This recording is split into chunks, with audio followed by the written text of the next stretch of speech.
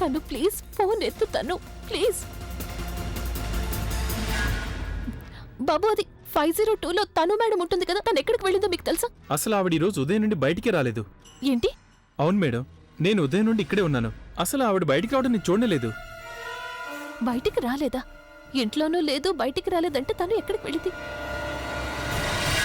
అరే ప్రకాష్ ఆగు. మేడం, ఇతను ప్రకాష్. ఇతను తను మేడం దగ్గరే పనిచేస్తున్నాడు. మీరు ఒక పని చేయండి, ఇతను అడగండి. బాబు అది మీకు తెలుసా తను మేడం ఎక్కడున్నారు అని? ఆ టెర్రస్ మీద. మీ డ్యూటీ అప్పుడే అయిపోయింది ఏంటి? ఆవిడ నాకు శాశ్వతంగా సెలవు ఇచ్చేశారు. రేపటి నుండి పనికి రావాల్సిన అవసరం లేదన్నారు.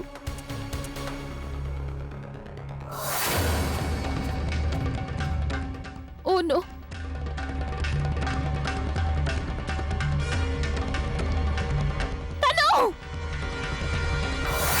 తను ప్లీజ్ ప్లీజ్ కిందకి దిగు ప్లీజ్. ఆగుతాను. లేదు ప్రజ్ఞ, ఇక నన్ను ఆపొద్దు. చూడు తను చూడు ప్లీజ్, ఇలా చెయ్యదు.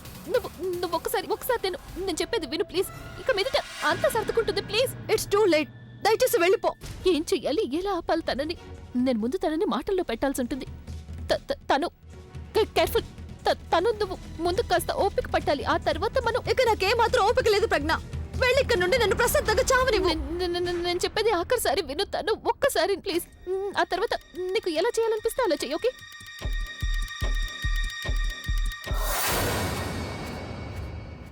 ఓ గాడ్, ఇట్స్ సో స్కేరీ. చాలా భయంగా ఉంది. అందరూ ఇంత ఎత్తు నుండి సూసైడ్ ఎలా చేసుకుంటారో నాకు అర్థం కావడం లేదు. నాకు ఇక్కడ నుండి కింద చూస్తేనే భయంగా ఉంది. ఏం చేస్తున్నావు ప్రజ్ఞ? త్వరగా రా, వచ్చి నన్ను కాపాడు. ప్రజ్ఞ, గుడ్ బై. నేను వెళ్తున్నాను. అభికు నువ్వు చెప్పేసే నేను తనని ఎంతగానో ప్రేమిస్తున్నాను అని. బాయ్.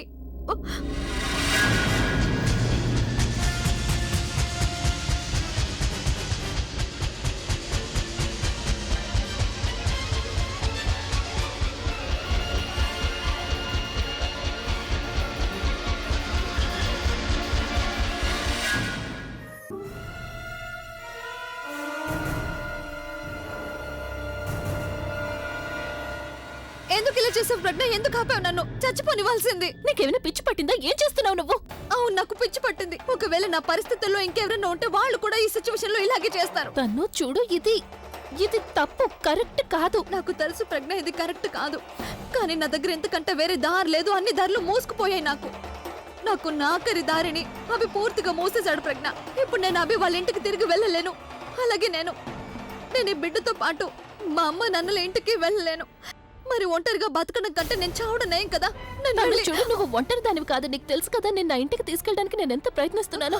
అయినో నువ్వు నాకు తోడుగా ఉన్నావు, కానీ నా తలరాత నాకు తోడుగా లేదు ప్రజ్ఞ. అందుకనే నువ్వు ఎప్పుడైనా ఏమైనా చేయాలని ప్రయత్నిస్తే అభి మధ్యలోకి వచ్చేస్తున్నాడు, ఆపేస్తున్నాడు. కానీ ఇప్పుడు అమ్మమ్మ కూడా ఆపేశారు. ఆవిడికి అభి బిడ్డ తన భార్య నుండి కావాలి, అది నీ నుండి, నా నుండి కాదు. నువ్వెంత ప్రయత్నించినా సరే నాకు సాయం చేయడానికి అసలేమీ కావడం లేదు ప్రజ్ఞ. అందుకే నేను డిసైడ్ అయ్యాను. నేనే మీ ఇద్దరు మధ్యలో నుండి వెళ్ళిపోతాను. So let me do this. అమ్మా, అలాంటి వాళ్ళది నిజమైన ప్రేమ కాదు, అది వ్యామోహం. ఎగ్జాక్ట్లీ చిన్నత్త. నిజంగా ప్రేమించుకున్న వాళ్ళు అలా చేయరు. ఎంత మనసు విరిగిపోతే కన్న కూతుర్ని పట్టుకొని మా దృష్టిలో చచ్చిపోయా ఉంటుందా తల్లి? అది సరే అమ్మా, తన కూతురుతో తన మాట అనేటప్పుడు ఆమె మాటల్లో వ్యథ, కళ్ళల్లో బాధ గమనించావమ్మా? పెద్దబాబుకు బర్త్డే విషెస్ చెప్పు కూడా వెళ్ళాం కదా. ఊరికే ఎలా కాలిపోతుంది? మంట పెడితేనో పడితేనో తగలబడుతుంది.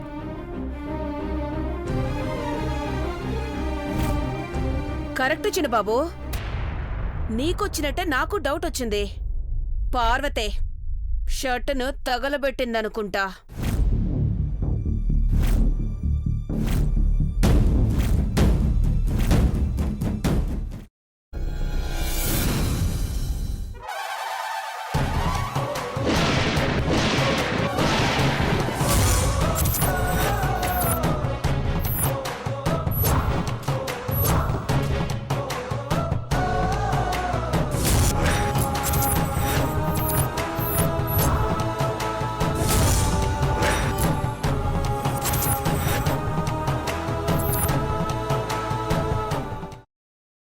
తర్వాత పొట్టు తీసేసి చాప్ చేసి పక్కన పెట్టుకోవాలి. ఒక ప్యాన్లో కొద్దిగా నూనె వేడి చేసి అందులో ఆవాలు, మినప్పప్పు, శనగపప్పు, కరివేపాకు, సన్నగా తరిగి పెట్టుకున్న ఉల్లిపాయలు వేసుకుని 1 నిమిషం పాటు వేయించుకోవాలి. ఆ తర్వాత కాల్చి కట్ చేసి పెట్టుకున్న వంకాయని కూడా అందులో వేసుకుని బాగా మిక్స్ చేసి బౌల్లోకి ట్రాన్స్ఫర్ చేసుకుని అందులో తగినంత చిక్కటి పెరుగు లేదా పల్చటి పెరుగు వేసుకుని మిక్స్ చేసి అన్నంతో కానివ్వండి, చపాతీతో కానివ్వండి సర్వ్ చేసినా చాలా బాగుంటుంది.